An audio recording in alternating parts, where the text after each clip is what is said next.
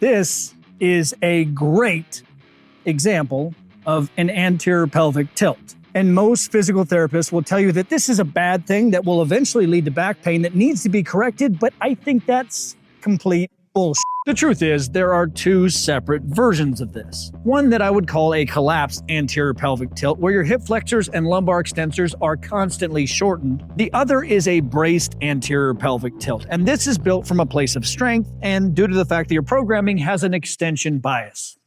Have you ever heard of the ASIS-PSIS angle? It's what therapists use to determine whether you have an anterior or posterior tilt to your hips. If the ASIS is lower than the PSIS, anterior pelvic tilt. If it's the opposite, posterior, you get it. And to whatever degree that is, gives insight into the severity of the issue. But that obviously disregards the question we've all had since we first started tugging it. Is that hard left my prick takes from me not switching hands my entire life, or was it predestined to? Is it nature or is it nurture? It's the same thing that PTs fail to ask themselves. Not only do we have different training styles that affect the alignment of our hips, but what about the actual structure of the bone? Are our hips just inherently different? They've actually studied this.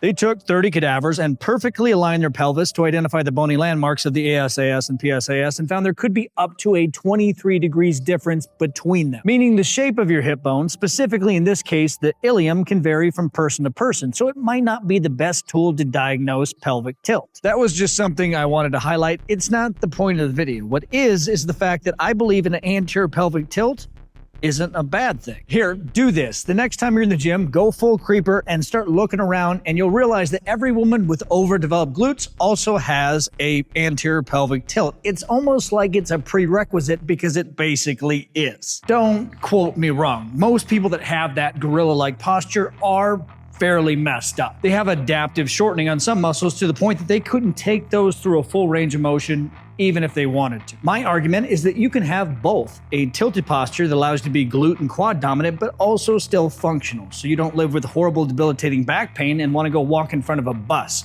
So this is more about building up those often neglected muscles or muscle groups to help obviously build bigger glutes, but more important than that, avoid back pain. And I've witnessed the benefits of training these often neglected, dare I say, ginger muscles firsthand. This is a 3-year-old MR image of a lady who I often train with. You can see there is a 1.29 centimeter disc herniation. So you might think what I meant by train with is I had to put her in a wheelchair and wheel her around and she had to just watch me do exercises.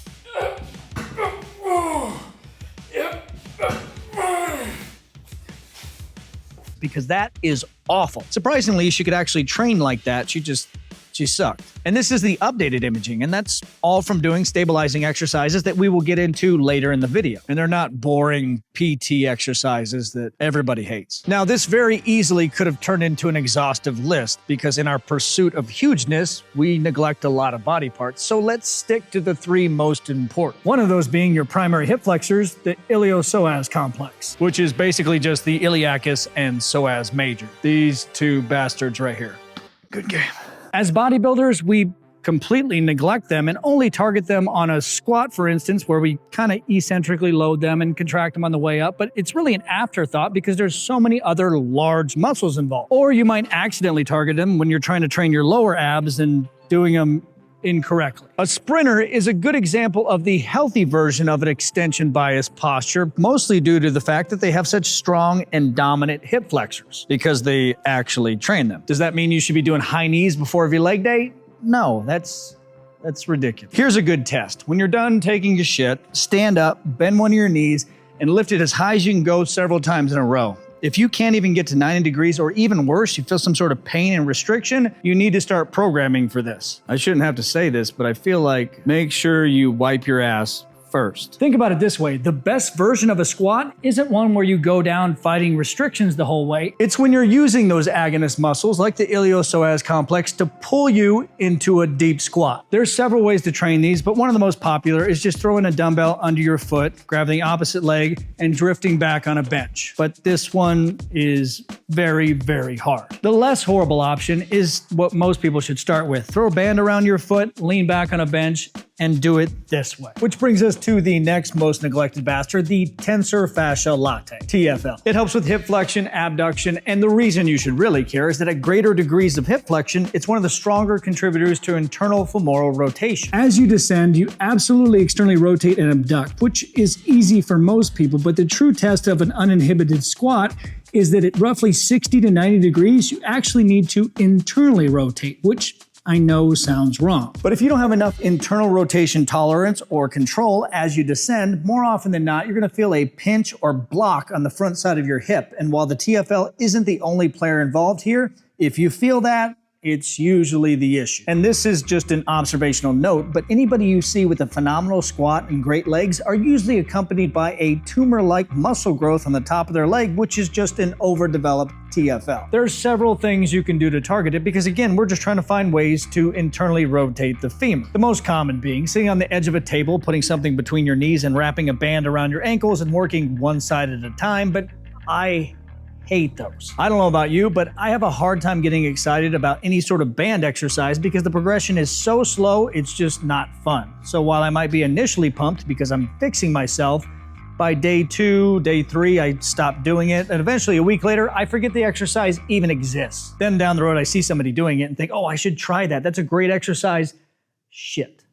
I was supposed to be doing that. The exercise that I like to do for internal rotation, I know looks awful. You look like the kind of guy who would show up to the gym ready with his post-workout grilled cheese sandwich in his cargo pants, if you know what I'm saying. And wash it down with a nice chocolate milk. So if you're like me and you're not worried about looking like an asshole, the hip abduction machine is perfect to kneel on and internally rotate both legs at the same time, and you can progress the weight little by little. But yes, you are gonna look like a gaping asshole. But I would say the most neglected of all muscle groups are those erector spinae muscles, because even if you're someone who programs deadlifts consistently, you still could be training these incorrectly. It's the reason you can pull 500 pounds, but go pull 3 or 4 weeds from your yard, and then you have a back spasm and you're screwed. And when we're talking erectors, I'm also gonna lump in the deep stabilizing multifidus, but I should also add the quadratus laborum as well, because if you neglect those, they can be real fuckers. I'd argue that one of the most important prerequisites to getting as big as possible is having a strong low back.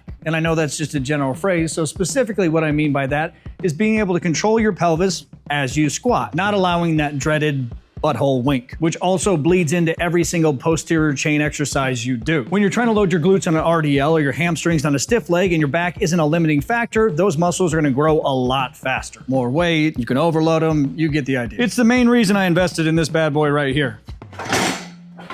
There are a plethora of studies centered around training the erectors and multifidus and looking at everything from increasing the cross-sectional area of the erectors, improving strength, endurance, reducing pain and reoccurrence. And there is zero consensus on what is the best way to train them. Some show more improvement from isometric contractions, while others dynamic. There's even one that showed the most benefit from pausing at the top and bottom of each rep, which, again, is weird because every single other body part does not respond. There's no tempo, doesn't matter. So what the hell? Either that's just a bad study or the multifidus is just a weird ass muscle. My stance is you need to program both. Isometrics to increase tolerance, which just means how much you can take before you turtle head out your spine, as well as dynamic movements, which increase strength through the range of motion in which you train, which translates more to your everyday life. For improving strength and endurance, my go-to is a hyperextension that I progressively overload and maintain an isometric contraction on those erector muscles. While I'm constantly pushing the weight, I am doing sets of 20 because I don't think a set of 4 would be great on this. You would feel that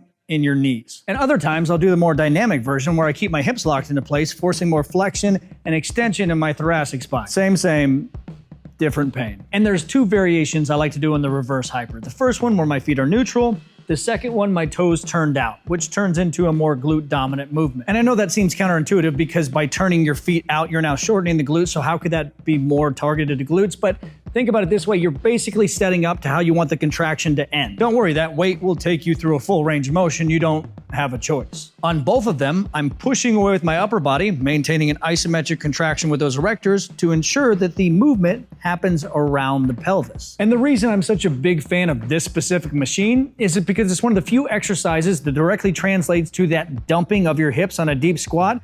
Whether you want to call that building a mind-muscle connection or rate coding, doesn't matter. This helps fix that. And I should say I do these 2 separate ways. Sometimes it's very controlled, Sometimes I just throw a shitload of weight around. My personal back pain came from me neglecting my QLs, which threw off one of my SI joints, and you'll know if this is you because you have a pain that kind of feels like your low back, but also into your glute and runs down the side of your leg. So for me, I start every leg day with butt walks. That fixed it. Just another fun exercise to look like an asshole. And since so many of you emailed me that you want the Hell Week program I released in the Black Friday deal, I put it up on the site for you sick bastards. Also, I just dropped a short with the retatrutide testing results. Yeah. I'll obviously link her Instagram just in case you guys want to do your own research.